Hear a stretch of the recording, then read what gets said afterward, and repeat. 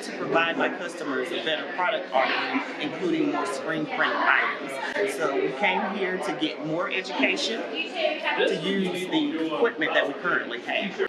We've been printing for about 3 years. We've had the equipment and didn't properly use it, so we couldn't offer that to our customers. So this class has really trained us in how to properly use the equipment that we've purchased, so that way we can increase our bottom line. One of the things is how to effectively clean our equipment.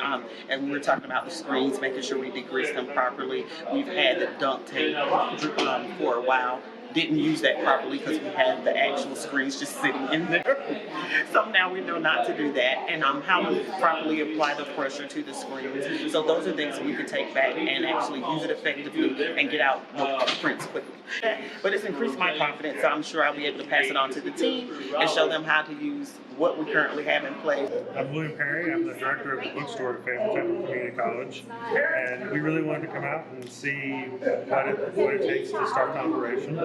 Essentially, we're a bookstore, so we do a lot of apparel. We do a lot of custom items that we usually go through other vendors, and so this would give us an opportunity to become a little more self-sufficient, and then also to be able to customize to our campus community.